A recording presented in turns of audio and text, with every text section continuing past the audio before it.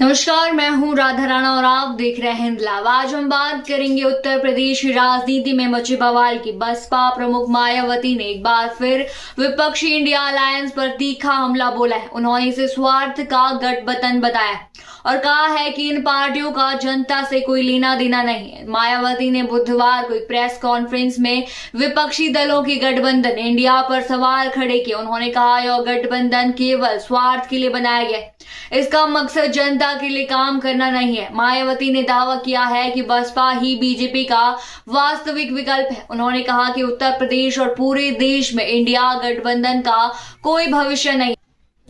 मायावती ने सीधे तौर पर विपक्षी दलों पर आरोप लगाया कि वे केवल सत्ता की राजनीति के लिए एकजुट हुए हैं। मायावती ने दिल्ली विधानसभा चुनाव को लेकर बड़ा दावा किया। उन्होंने कहा कि बसपा इस बार अकेले चुनाव लड़ेगी और अगर निष्पक्ष चुनाव होते हैं तो उनकी पार्टी चौंकाने वाले नतीजे देगी। उन्होंने आम आदमी पार्टी और बीजेपी पर भी जमकर हमला बोला।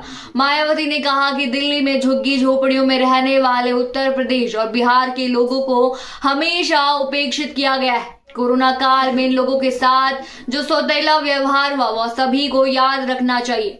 मायावती ने कांग्रेस और बीजेपी दोनों पर निशाना साधते हुए कहा, इन दोनों पार्टियों ने दलितों, एसएससी, एसटी और ओबीसी वर्गों को उनके अधिकारों से वंचित रखा है। उन्होंने आरोप लगाया कि कांग्रेस आरक्षण खत्म करने की दिशा में काम कर रही है। मायावती ने कहा, बाबा साहेब अम्बेडकर और उनके अनुयायियों का अपमान करने में कांग्रेस और बीजेपी दोनों आगे रहे। उन्होंने यह भी आरोप लगाया कि बीजेपी के एक वरिष्ठ मंत्री ने संसद में बाबा साहेब का अपमान किया और आज तक इसके लिए माफी नहीं मांगी। मायावती ने अपने कार्यकर्ताओं से सतर्क रहने की अपील की।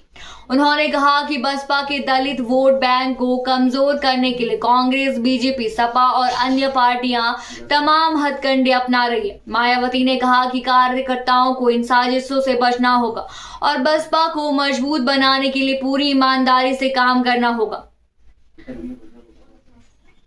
मायावती ने निर्वाचन आयोग से अपील की कि आम आदमी पार्टी और बीजेपी के बीच जारी बयानबाजी और पोस्टरबाजी पर सख्त कार्रवाई की जाए। उन्होंने कहा यह जनता को गुमराह करने की कोशिश है और इससे लोकतंत्र कमजोर होता है।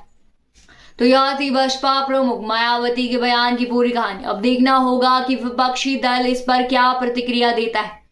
फिलहाल के लिए इतना ही। बने रहिए हिंद लाइव के साथ और साथ ही हमारे चैनल को सब्सक्राइब करना ना भूलें और फेसबुक वेबसाइट पर फॉलो जरूर करें।